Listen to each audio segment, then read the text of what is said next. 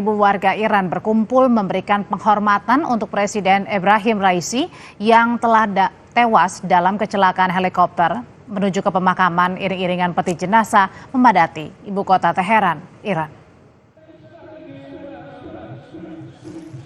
Pemakaman mendiang Ebrahim Raisi dipimpin oleh Ayatollah Ali Khamenei sebagai pemimpin agung Iran.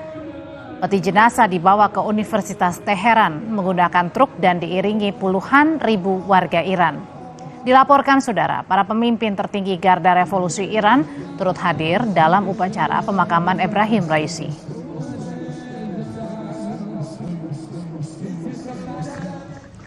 Presiden Iran Ebrahim Raisi meninggal dunia usai helikopternya jatuh di wilayah pegunungan Azerbaijan Timur Minggu lalu. Dilaporkan kecelakaan terjadi di tengah kondisi cuaca yang buruk sehingga membuat helikopter jatuh di kawasan hutan lindung. 73 tim penyelamatan dikerahkan untuk mencari korban kecelakaan helikopter yang ditumpangi Presiden hingga para petinggi Iran lainnya.